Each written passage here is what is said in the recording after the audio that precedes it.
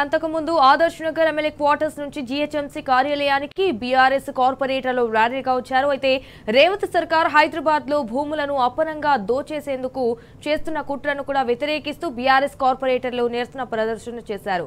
5 లక్షల ఇచ్చిన హిల్ట్ పాలసీకి వ్యతిరేకంగా ఫ్లగ్ కార్డులు ప్రదర్శించారు. ఇటు హైదరాబాద్ ఇండస్ట్రియల్ ల్యాండ్స్ ట్రాన్స్ఫర్మేషన్ నిర్ణయాన్ని వెనక్కి తీసుకోవాలని డిమాండ్ చేశారు. ఇక మాజీ మంత్రి తలసాని శ్రీనివాస్ యాదవ్, సబితా ఇంద్రారెడ్డి, అలాగే ఎమ్మెల్యేలు కాలేరు వెంకటేష్, సుధీర్ రెడ్డి, మాధవరం కృష్ణరావు, ముఠాగోపాల్ కౌన్సిల్ కు వచ్చారు.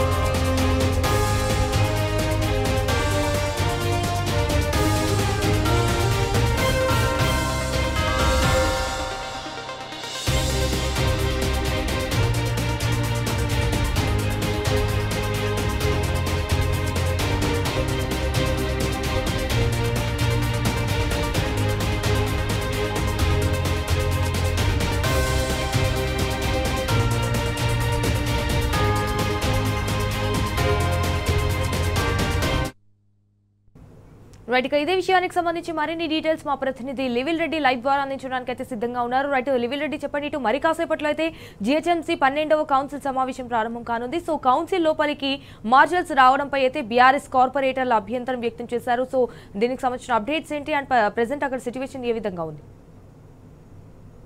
జీహెచ్ఎంసీ చివరి కౌన్సిల్ సమావేశం ప్రారంభం కానుంది. అసలు ఇప్పటికే ప్రారంభం కావాల్సిన కౌన్సిల్ సమావేశం వాయిదా అంటే ఆలస్యంగా ప్రారంభం అవుతున్నట్లు కూడా తెలుస్తుంది. అయితే కౌన్సిల్ సమావేశం ప్రారంభం కాకముందుకే నేరుగా మార్షల్స్ అంతా లోపలికి రావడంతో బీఆర్ఎస్ పార్టీ కార్పొరేటర్లు, బీఆర్ఎస్ పార్టీకి సంబంధించిన ఎమ్మెల్యేలు, ఎమ్మెల్సీలు అంతా కూడా ఆందోళన చేపట్టారు.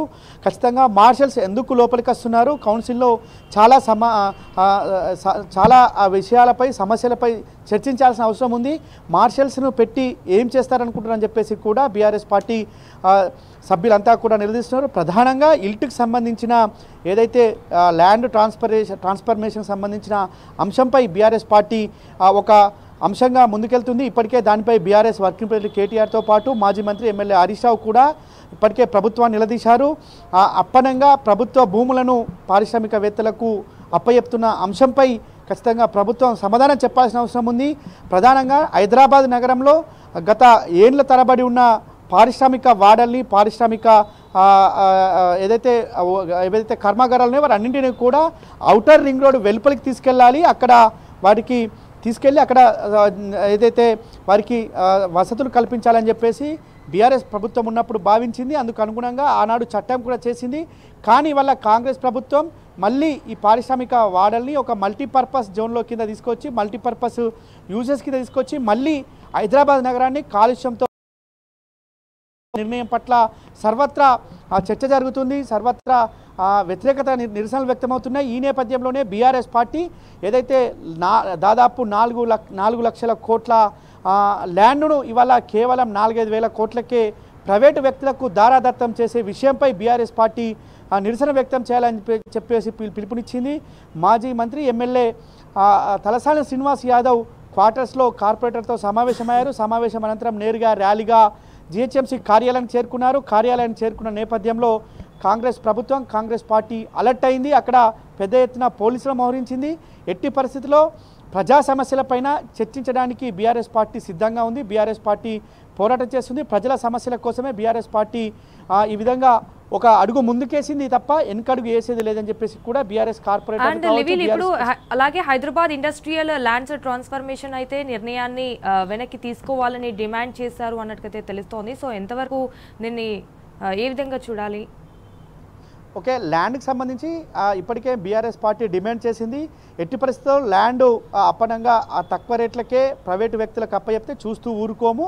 కేవలం 30% అది ఏదైతే ఎస్ఆర్ఓ అంటే సబ్ రిజిస్టర్ ఆఫీసు రేట్లకు అంటే దానికి 30% అంటే కేవలం 100 రూపాయలు ఉన్నది 30 రూపాయలకు మాత్రమే ఇస్తుంది. అది మార్కెట్ వాల్యూ 1000 రూపాయల వరకు ఉంటుంది. ఈ విధంగా అప్పచెప్తే ఊరుకునేది లేదు, ఈ విధంగా కట్టబెడితే చూస్తూ ఊరుకోమంటూ కూడా హెచ్చరించింది. ఖచ్చితంగా మొన్న బీఆర్ఎస్ వర్కింగ్ ప్రెసిడెంట్ కేటీఆర్ నిన్న కార్పొరేటర్లతో సమావేశమయ్యారు. పలు కీలక అంశాలపైన కూడా దిశానిర్దేశం చేశారు. ఖచ్చితంగా రేపు భవిష్యత్ అవసరాల కోసం ఉన్న ఈ భూమిని తాకట్టు పెడితే చూస్తూ ఊరుకోమంటూ కూడా హెచ్చరించారు. దీనిపైన గట్టిగా పోరాటం చేయాలని చెప్పేసి కూడా కేటీఆర్ ఈ సందర్భంగా దిశానిర్దేశం చేసిన నేపథ్యంలో ఇవాళ ఆ ల్యాండ్ ట్రాన్స్ఫరేషన్ సంబంధించిన అంశంపై బీఆర్ఎస్ పార్టీ ఖచ్చితంగా నిరసన తెలుపుతుంది, పోరాటం చేస్తుంది. జీహెచ్ఎంసీలో దానిపై ఒక స్టాండ్ తీసుకునే వరకు కూడా బీఆర్ఎస్ పార్టీ పోరాటం కొనసాగుతుందని చెప్పేసి కూడా ఈ సందర్భంగా కార్పొరేటర్ అంతా చెప్పిన నేపథ్యంలో అక్కడ ఒక అనిశ్చితి నెలకొంది. బీఆర్ఎస్ పార్టీ పోరాటాన్ని అణిచివేయాలని చెప్పేసి కూడా కాంగ్రెస్ ప్రభుత్వం భావిస్తుంది. అందులో భాగంగా పెద్ద ఎత్తున మార్షల్స్ను మోహరించడం కావచ్చు, పెద్ద ఎత్తున పోలీసు మోహరించడం కావచ్చు. గతంలో ఎన్నడూ లేని విధంగా కౌన్సిల్ సమావేశం ప్రారంభం కంటే ముందే లోపలికి వెల్లోకి మార్షల్స్ వెళ్ళడం పట్ల బీఆర్ఎస్ పార్టీ పూర్తి అభ్యంతరం వ్యక్తం చేస్తుంది. అనేక ప్రజా సమస్యలపైన చర్చించాల్సిన అవసరం ఉంది. ఆ చర్చించాల్సిన అవసరం ఉన్నప్పటికీ కూడా ఇవాళ మార్షల్స్ను పెట్టి ఈ ఏదైతే ప్రజా వ్యతిరేకతను మూట కట్టుకోవడంలో కాంగ్రెస్ పార్టీ సిద్ధాస్తి. ఖచ్చితంగా బీఆర్ఎస్ పార్టీ అనేక అంశాలపైన కూడా పోరాటం చేస్తుంది, ముందుకు పోతుందని చెప్పేసి కూడా